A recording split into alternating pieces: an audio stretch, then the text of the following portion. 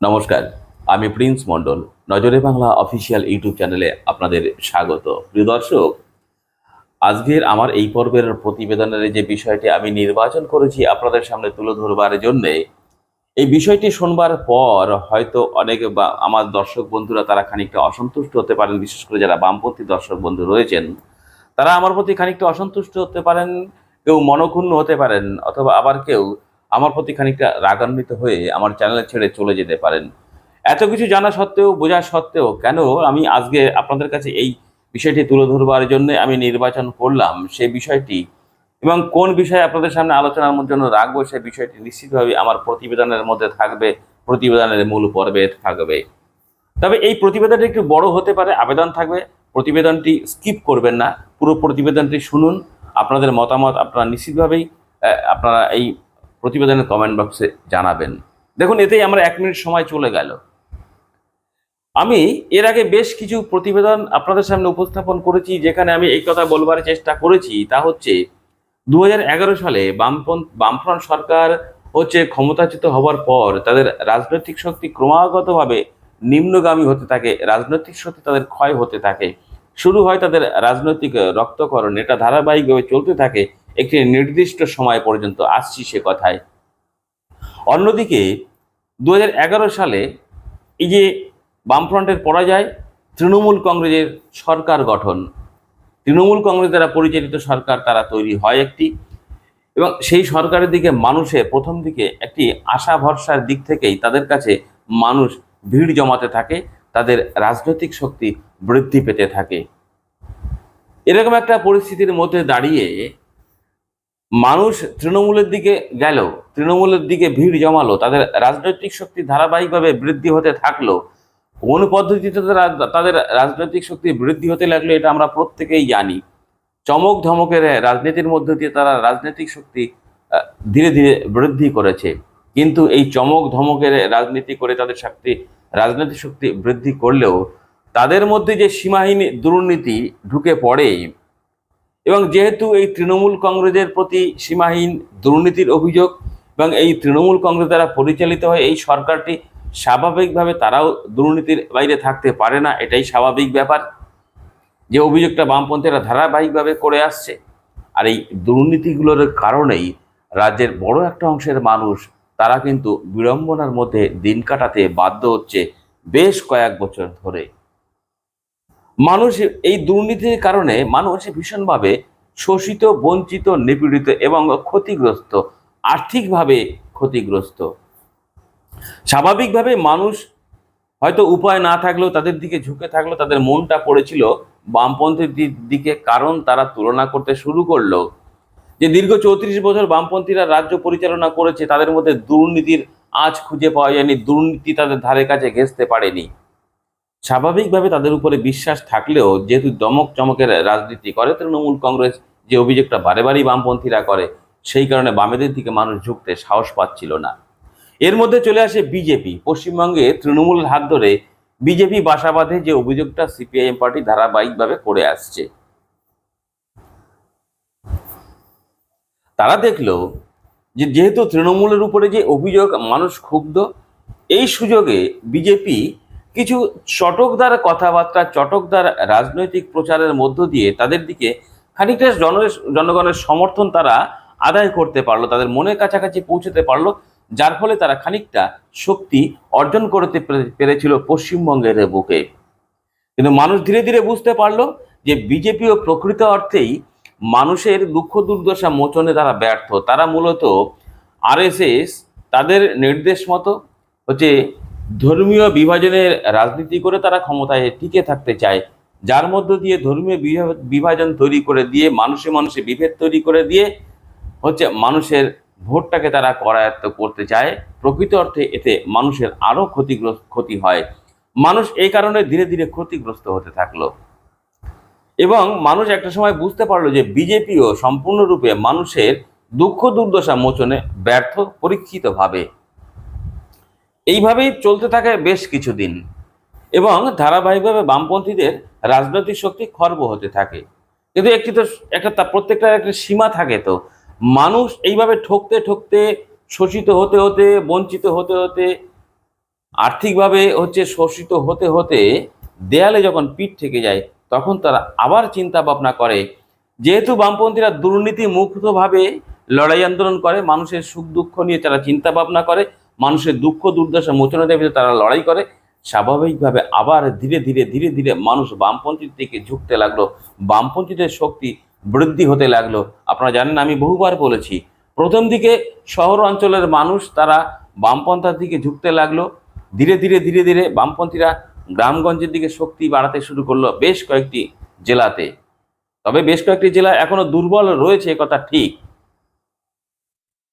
এই যে মানুষ বামপন্থীর দিকে ঝুঁকলো, বামপন্থীরা খানিকটা অক্সিজেন পেল এবং বামপন্থীরা শক্তিশালী হলো, তার প্রধান কারণ মানুষ তুলনা করতে পেরেছে।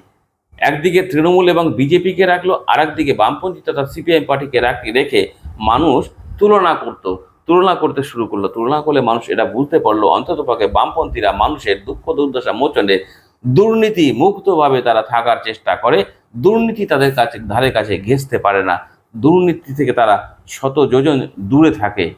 এরকম একটা অবস্থায় দাঁড়িয়ে বামপন্থীরা যখন শক্তি বৃদ্ধি করলো, আর আরেকদিকে একের পর এক রাজ্য সরকার, আমাদের রাজ্যের যে রাজ্য সরকার এবং রাজ্য সরকার যার দ্বারা পরিচালিত হচ্ছে সেই তৃণমূল কংগ্রেস, তাদের প্রতি দুর্নীতির আস্তে আস্তে আবরণ উন্মোচন হচ্ছে। তারা কোথায় কোথায় দুর্নীতি করেছে, কিভাবে মানুষকে তারা শোষণ করেছে, এটা মানুষের কাছে পরিষ্কার হতে লাগলো। এবং মানুষ যে ক্ষতিগ্রস্ত, মানুষ যে বঞ্চিত শোষিত, এটা কিন্তু মানুষ ধীরে ধীরে বুঝতে লাগলো এবং তার ধীরে ধীরে এই বিষয়টা প্রকাশ্যে আসতে থাকলো। আপনারা দেখেছেন যে এই সাম্প্রতিক সময়, আমি বেশি দূরে যাব না, সারদা নারদা তো মানুষ তো শোষিত বঞ্চিত হয়েছে, ক্ষতিগ্রস্ত হয়েছে, আমি অত দূরে যাব না।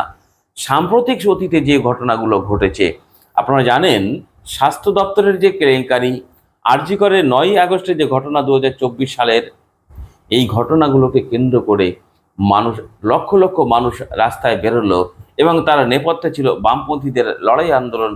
উৎকৃষ্ট চিন্তা ভাবনার যে বামপন্থী মনোভাবাপন্ন মানুষ, তারা কিন্তু মানুষকে ঐক্যবদ্ধ করতে শুরু করলো। তার মধ্যে আবার চলে এলো এই যে প্রায় 26,000 শিক্ষক শিক্ষিকা, তাদের চাকরি খোয়া গেল একমাত্র রাজ্য সরকার বলেন, এসএসসি বলেন, এদের অপদার্থতা, এদের অন্যায় আচরণ বা অকর্মণ্যতা, এই অভিযোগগুলো তো উঠে আসছে বারবার। এই কারণেই স্বাভাবিকভাবে মানুষ ক্ষুব্ধ হতে শুরু করলো এই শাসক তৃণমূল কংগ্রেস এবং বিজেপির প্রতি। মানুষ আশ্রয় হিসাবে ধরে রাখতে চেয়েছিল বামপন্থীদের আশ্রয় স্থল হিসাবে, আবার বামপন্থীদের বা সিপিআইএম পার্টিকে মানে মনের মণিকোটায় আঁকড়ে ধরে রাখতে চেয়েছিল, তাদের আবার আঁকড়ে ধরে সামনের দিকে এগোতে চাইছিল। 2026 সালে তাদের একটা উজ্জ্বল ভবিষ্যতের দিকে তারা এগোচ্ছিল, কিন্তু বামপন্থীরা সেই যে দুর্বলতাটা তারা কাটিয়ে উঠতে পারলো না। মানুষ যখন তাদের বিশ্বাস করছে, মানুষ যখন তাদের ভরসা করছে, মানুষ যখন তাদের অক্সিজেন যোগাচ্ছে, সেই জায়গাগুলো ধরে নিয়ে তাদের যে লড়াই আন্দোলনের জায়গাটা তৈরি করা, সেক্ষেত্রে কিন্তু বামপন্থীরা আবার একটা ব্যর্থতার দিকে যাচ্ছে বলেই মনে করা হচ্ছে। কেন এ কথা বললাম?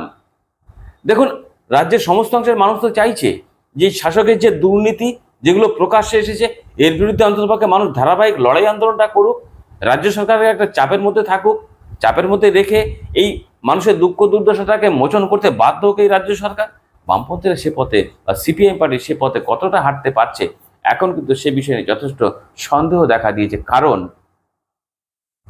আরজি করের আন্দোলন, সেটাকে অরাজনৈতিক আন্দোলন হলো, অরাজনৈতিক আন্দোলন, কিন্তু বামপন্থীরা বা সিপিআইএম পার্টি তো সমাজের বিভিন্ন স্তরে গিয়ে লড়াই আন্দোলনগুলো করে মানুষের কাছে পৌঁছতে পারত যে এই অন্যায় কাজগুলো, এই অপরাধগুলো বর্তমান শাসক দল তারা করে চলেছে, যার ফলে মানুষ ক্ষতিগ্রস্ত। এখন যে ইস্যুটা যাচ্ছে, এই 26,000 শিক্ষক শিক্ষিকা তাদের চাকরি হারা গেছে, একমাত্র দায়ী রাজ্য সরকার, একমাত্র দায়ী এসএসসি, একমাত্র দায়ী শিক্ষা পর্ষদ। তাদের কারণে এই 26,000 শিক্ষক শিক্ষিকা চাকরি চলে গেল, এটা প্রমাণিত। এবং এসএসসি স্বীকার করে নিয়েছে দুর্নীতি হয়েছে। তাহলে এই দুর্নীতি নিয়ে তারা সেইভাবে লড়াই আন্দোলন করতে পারছে না।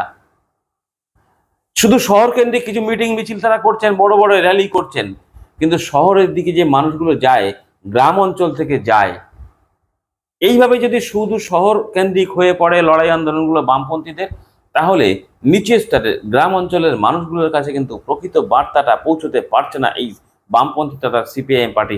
স্বাভাবিকভাবেই ওই যে প্রথমে বললাম, চটকদারি কথাবার্তা বলে ধর্মীয় সুরসুরি দিয়ে মানুষের মধ্যে বিভাজন তৈরি করতে চাইছে তৃণমূল থেকে আসা এই বঙ্গ বিজেপির প্রধান মুখ হচ্ছে শুভেন্দু অধিকারী। অন্যদিকে রয়েছে রুদ্রনীল ঘোষ, শঙ্কুদেব পণ্ডা, সজল ঘোষ, এরা প্রত্যেকেই তো তৃণমূল কংগ্রেস থেকে আসা। এবং সব থেকে বড় কথা হচ্ছে এই শঙ্কুদেব পণ্ডা, এই শুভেন্দু অধিকারী, এই এখন রাজ্য সরকারের বিরুদ্ধে যে হচ্ছে অভিযোগগুলো উঠছে, দুর্নীতির অভিযোগ, যে সময় এই দুর্নীতিগুলো করা হয়েছে সেই সময় কিন্তু শঙ্কুদেব পণ্ডারা হচ্ছে শুভেন্দু অধিকারী তৃণমূল কংগ্রেসের মধ্যেই তারা ছিল। তার মানে আমি এটা বলছি না যে শুভেন্দু অধিকারী, শঙ্কুদেব পণ্ডারা এই দুর্নীতির সঙ্গে যুক্ত, আমি এটা বলছি না।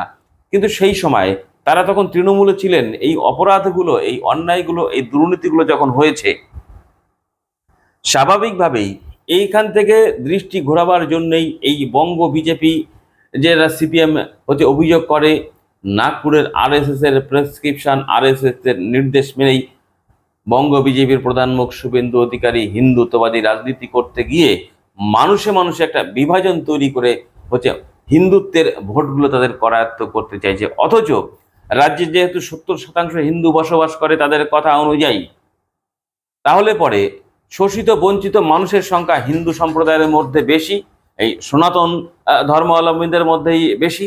যেহেতু 70% মানুষ এই সনাতন ধর্মের মানুষ, হিন্দু ধর্মের মানুষ, তাহলে এই বঞ্চিত মানুষের দুঃখ দুর্দশা মোচনের দাবিতে লড়াই আন্দোলন কিন্তু বিজেপি করতে পারছে না। তারা শুধুমাত্র ক্ষমতার লোভে এই হিন্দু মুসলমান করে মানুষের মধ্যে বিভাজন তৈরি করে দিয়ে মুসলিম সম্প্রদায়ের প্রতি, হিন্দু সম্প্রদায় বা সনাতন ধর্মাবলম্বীদের প্রতি একটি বিদ্বেষমূলক মনোভাবে তৈরি করে দিয়ে তারা ভোট করায়ত্ত করতে চাইছে।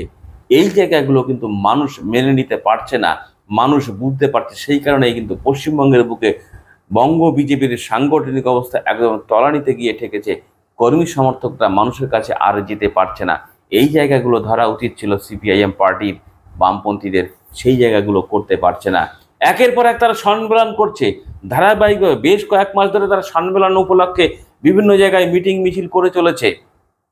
কিন্তু এই যে মানুষ শোষিত হচ্ছে, নিপীড়িত হচ্ছে, বঞ্চিত হচ্ছে, আর্থিকভাবে ক্ষতিগ্রস্ত হচ্ছে, এই তৃণমূল কংগ্রেস এবং তৃণমূল কংগ্রেস দ্বারা পরিচালিত যে সরকার, তাদের জনবিরোধী নীতির কারণে এই অভিযোগ তো বামপন্থীরাই করছে।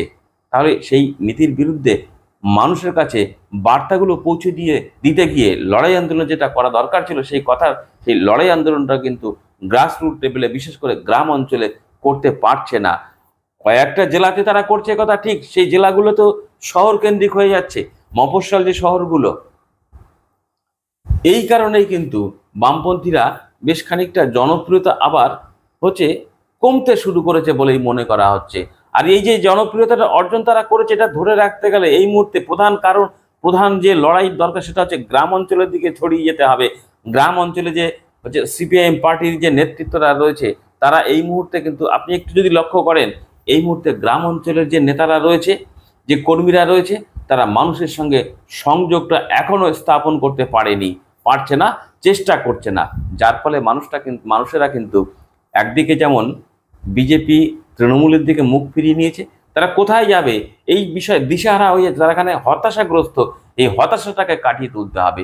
আর একদিকে হচ্ছে, যদি তৃণমূল কংগ্রেস বা বিজেপির বিরুদ্ধে যায়, বিভিন্ন রকম আইনি সমস্যা তৈরি হতে পারে, এই ভয়েও কিন্তু তারা সরাসরি সিপিআইএম পার্টির দিকে বা বামপন্থীর দিকে যেতে ভয় পাচ্ছে। সেই জায়গাটা আইনি সহায়তা দেওয়ার ক্ষেত্রেও বামপন্থীরা মানুষের কাছাকাছি সাহস জোগানোর মতো কোনো বার্তা কিন্তু পৌঁছে দিতে পারছে না। এই কারণেই বামপন্থীরা কিন্তু যে শক্তিটা অর্জন করে দিয়ে সামনের দিকে এগোতে শুরু করেছে, সেই জায়গাটা কিন্তু আবার ধাক্কা খাবে।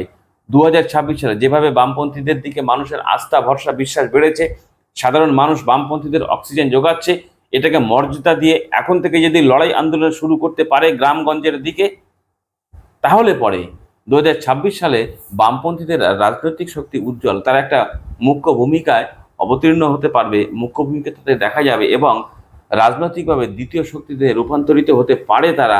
এটা কিন্তু একটা আশার আলো দেখা যাচ্ছে। কিন্তু ওই যে মনে হচ্ছে যেন রাজ্যের এই মুহূর্তে তো যতই খাতা কলমে প্রধান বিরোধী শক্তি হোক বিজেপি, কিন্তু এই মুহূর্তে রাজনৈতিকভাবে প্রধান বিরোধী শক্তি হয়ে উঠেছে বামপন্থীরা তথা সিপিআইএম পার্টি। তারা কিন্তু সেই জায়গাটা অনেকটাই ধরে রাখতে অক্ষম হচ্ছে, কারণ মাঝারি স্তরের জেলা স্তর থেকে একদম শাখা স্তর পর্যন্ত একটা বড় অংশের নেতাদের মধ্যে ওই যে সেই বিকাশ রঞ্জন ভট্টাচার্যের কথা, মানসিকতায় মেদ জন্মে গেছে, মানুষকে তারা সঠিকভাবে মর্যাদা দিতে পারছে না। এই জায়গাগুলোকে তাদেরকে কাটিয়ে তুলতে যদি না পারে, তাহলে 2026 সালে ওই আবার চটকদারি কথাবার্তা বলে আবার ধর্মীয় ভিত্তিতে মানুষকে বিভাজন করে দিয়ে বিজেপি কিন্তু তাদের জায়গাটা ধরে রাখার যে মরিয়া চেষ্টা চালাচ্ছে, সেই জায়গাটা বিজেপি ধরে রাখবে। আর যদি এটাকে প্রতিহত করতে হয়, এই মুহূর্তে এখন থেকেই, আজকে থেকেই হচ্ছে এই সিপিআইএম পার্টির জেলা থেকে একদম শাখা স্তরের পার্টির কর্মী যারা রয়েছেন, নেতা যারা রয়েছেন, তারা মানুষের কাছাকাছি পৌঁছে যান। যে জনসংযোগ বিচ্ছিন্ন হয়েছে সেটা আবার জোড়া লাগাতে শুরু করুন, তবেই আপনাদের উত্থান। আদারওয়াইজ কিন্তু আপনাদের এই শূন্য থেকে কাটিয়ে ওঠা খুব দুঃসাধ্য ব্যাপার হয়ে যাবে। এই মুহূর্তে যেটা দেখা যাচ্ছে, বেশ কয়েকটি জেলায় বামপন্থীরা বেশ কয়েকটি সিট পেতে পারে বিধানসভায়। মালদা মুর্শিদাবাদের সিপিএম এর অবস্থা এই মুহূর্তে বেশ খানিকটা ভালো জায়গায় এসে দাঁড়িয়েছে। বর্ধমানে, মেদিনীপুর, পুরুলিয়াতে উত্তরবঙ্গ বামপন্থীদের এই মুহূর্তে একটি শক্তি সঞ্চয় হচ্ছে। উত্তর 24 পরগনা, দক্ষিণ 24 পরগনার নেতাদের মধ্যে ভীষণ পরিমাণে গাফিলতি, এটা বাদ দেন আপনি, তা সত্ত্বেও কিন্তু এই জায়গাগুলোকে ধরে রাখতে গেলে এখন থেকে মানুষের মনের কাছাকাছি পৌঁছে যান, মানুষকে সাহস যোগান, মানুষের কাছাকাছি এই শাসক দলের দুর্নীতির বার্তাটা তাদের কাছে পৌঁছে দিন। কিভাবে মানুষকে তারা শোষণ করছে, কিভাবে তাদের হচ্ছে দুর্নীতি, তাদের জনবিরোধী নীতি গ্রহণ, এই বিষয়গুলো তাদের কাছে যদি তুলে ধরতে পারেন এবং তাদের সাহস যোগাতে পারেন, আইনি সহায়তার বিষয়টা তাদের আশ্বস্ত করতে পারেন, আপনাদের প্রতি মানুষ আবার যে অক্সিজেনটা যোগাচ্ছে, এটা কিন্তু আরো ধীরে ধীরে ধীরে ধীরে বৃদ্ধি পাবে এবং 2026 সালে এই সিপিআই পার্টির রাজনৈতিক শক্তি হচ্ছে উজ্জ্বল হতে পারে, দ্বিতীয় শক্তিতে রূপান্তরিত হতে পারে। এইটাই ছিল আপনাদের কাছে তুলে ধরার মূল বিষয়। যদি আপনার মনে হয় যে এই প্রতিবেদনটি সিপিআইএম পার্টির শাখা থেকে জেলা স্তরের নেতাদের কানে পর্যন্ত পৌঁছানো দরকার, প্রচুর পরিমাণে শেয়ার করুন। দেখা হবে পরবর্তী আরেকটি প্রতিবেদনের সঙ্গে। ততক্ষণ ভালো থাকুন, সুস্থ থাকুন।